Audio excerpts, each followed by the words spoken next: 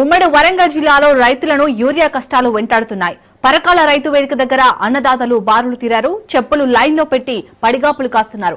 ఉదయం 5 గంటల నుంచి ఆధార్ కార్డులు పట్టుకుని అన్నదాతలు నిల్చున్నారు. 20 రోజుల నుంచి తిరుగుతున్నా తమకు యూరియా అందడం లేదని రైతులు వాపుతున్నారు.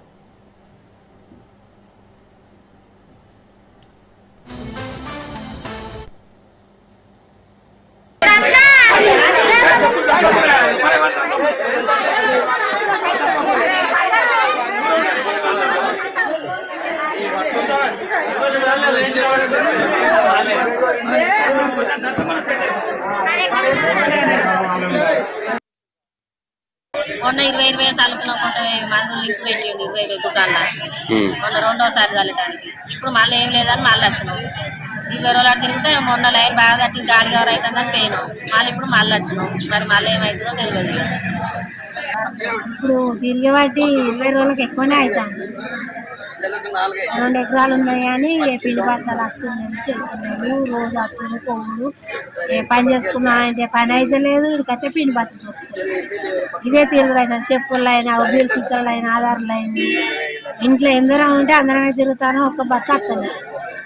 ఈ తిరుగుడు మరి ఇవ్వాలన్నా వస్తాయో రావో ఏమవుతుందో ఈ మందులకు కొట్టుకునే అవుతుందో సభ్యత మరి కోడి అవుతుందో బత్త వస్తుంది. ఇప్పుడు దుకాణంలో అప్పుడే తెచ్చుకునేది వేసుకునేది ఏ రిస్క్ లేకుండా ఉండేది. ఇప్పుడు రేవంత్ అన్నని గెలిపి చూసాన్ని ఇదే అంకితం అవుతుంది. నాకు 2 ఎకరాలు 3 ఎకరాలు పోయింది. బట్టి 20 ఇది పోమంటే అడిగమంటే కొద్దిగా 4 గంటలు చేసి లైన్ పెడితే అవచారకే 20 మంది ఆడబెట్టి ఇక్కడ చేసింది. 10 ఉమ్మడి వరంగల్ జిల్లాలో రైతులను యూరియా కష్టాలు వెంటాడుతున్నాయి. పరకాల రైతు వేదిక దగ్గర అన్నదాతలు బారులు తీరారు. చెప్పుడు లైన్లో పెట్టి పడిగాపులు కాస్తున్నారు.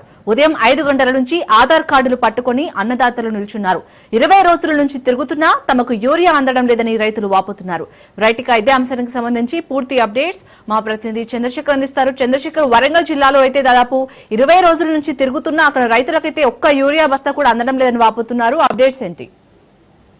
కానీ రైతుల యూరియా కష్టాలు అయితే తీరడం లేదు. ఒక పక్క నిత్యం యూరియా కోసం రైతులకు యుద్ధం చేయాల్సిన పరిస్థితి అయితే ఉమ్మడి వరంగల్ జిల్లా వ్యాప్తంగా ఉంది. ఒక పక్క సరైన సమయంలో యూరియా వేయకపోతే పంట దిగుబడి రాక తీవ్ర అప్పుల కూబిలో కూరుకుపోయే అవకాశం ఉందని రైతులు తీవ్రమైన ఆవేదన చెందుతున్న పరిస్థితి ఉంది. అందుకు కావాల్సిన యూరియా కోసం ఉదయమే 5 గంటలకే యూరియా సెంటర్ల దగ్గరికి వెళ్ళి ఇటు మహిళలు వృద్ధులు అందరూ కూడా యూరియా కోసం క్యూ లైన్ లో నిలబడాల్సిన పరిస్థితి ఏర్పడింది.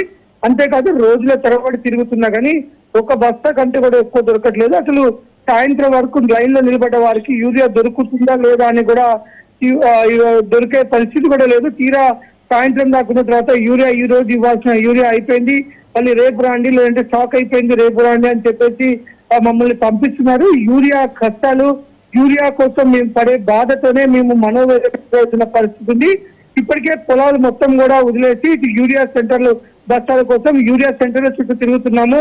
అసలే అంతంత మాత్రం ఒక పక్క అకాల వర్షాలతో అన్నదాతలు కుదేలవుతుంటే ఇటు యూరియాతో మరింత కుదేలయ్యే పరిస్థితి ఉంది. ఒక 10 సంవత్సరాలుగా లేని యూరియా కష్టాలు తిరిగి మళ్ళీ ఎందుకు యూరియా కష్టాలు వచ్చాయి, ఎందుకు కాంగ్రెస్ ప్రభుత్వం చిత్తశుద్ధి చూపడం లేదు, రైతులు పడే కష్టాలు కనబడట్లేదా, కావాల్సినంత యూరియా ఉంది అని చెప్తున్న ఇటు నాయకులు కానీ ఇటు అధికారులు కానీ ఎందుకు రైతులు రోజుల తరబడి లైన్ లో నిలబడి ఉండి యూరియా దొరకట్లేదని మీడియా ముఖంగా చెప్పినప్పటికి కూడా వాళ్ళు మన బుకాయిస్తున్నారు. కావాల్సినంత యూరియా ఉందంటున్నారు. తక్షణమే యూరియా అందించాలి, రైతులకు యూరియా అందించకపోతే మరింత అప్పుల కూబిలో ఉరుకుపోయే అవకాశం ఉంది. కాంగ్రెస్ ప్రభుత్వం రైతు ప్రభుత్వం అని చెప్పి ఆ రైతులు మరింత కుంగిపోయి ఆత్మహత్యలు చేసుకునే పరిస్థితి ఏర్పడే అవకాశం ఉంది. కాబట్టి ప్రభుత్వం స్పందించి యూరియా అందించాలని మాత్రం ఆ రైతులు దీనంగా వేడుకుంటున్నారు. చాలని రైట్, థ్యాంక్ యూ చంద్రశేఖర్.